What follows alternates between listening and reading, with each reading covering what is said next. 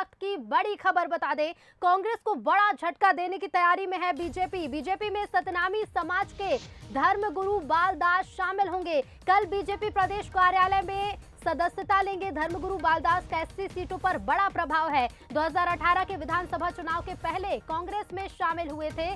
कोई पद नहीं मिलने से काफी दिनों से नाराज चल रहे थे और अब ये बड़ा झटका होगा छत्तीसगढ़ कांग्रेस के लिए, क्योंकि बीजेपी में शामिल होंगे सतनामी समाज के धर्मगुरु बालदास।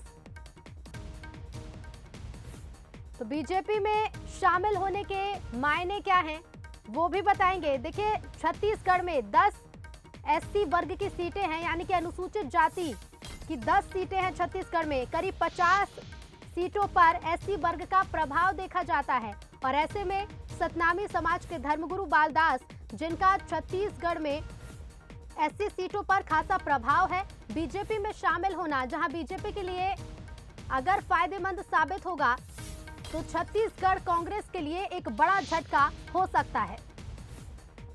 और स्टेट एडिटर आदित्य नामदेव जी हमारे साथ जुड़ रहे हैं। आदित्य जी, बीजेपी में सतनामी समाज के धर्मगुरु बालदास शामिल होने जा रहे हैं, लेकिन कांग्रेस के लिए बड़ा झटका होगा। देखिए रितु, आपको थोड़ा सिलसिलेवार बताना चाहता हूं। छत्तीसगढ़ में कुल 10 सीटें हैं जो एससी समुदाय के लिए आरक्षित हैं, जिसमें 7 फिलहाल कांग्रेस के पास है, 2 भारतीय जनता पार्टी के पास और 1 बसपा के पास है।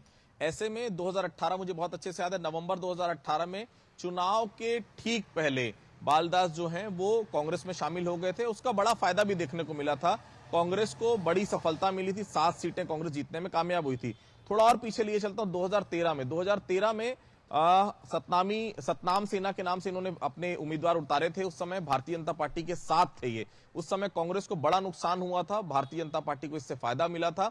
लेकिन 2018 में जब ये कांग्रेस में शामिल हुए, उसके बाद कोई पद नहीं मिलने से काफी समय से नाराज चल रहे थे। अब जो है ये दावेदारी ठोक रहे हैं आरंग विधानसभा से। आरंग विधानसभा छत्तीसगढ़ की 2 या 3 हाई प्रोफाइल सीटें हैं, उसमें बड़ा नाम आता आरंग, क्योंकि शिव डहरिया जो मंत्री हैं, कैबिनेट मंत्री हैं, वो वहां से कांग्रेस से चुने गए थे। वहां पे दावेदारी बालदास ठोक रहे हैं और सीधे तौर पर यही कहना है कि कल भारतीय जनता पार्टी में शामिल हो जाएंगे। देखिए, 50 से ज्यादा, लगभग 53 सीटों पर सीधा सीधा अनुसूचित जाति का प्रभाव है।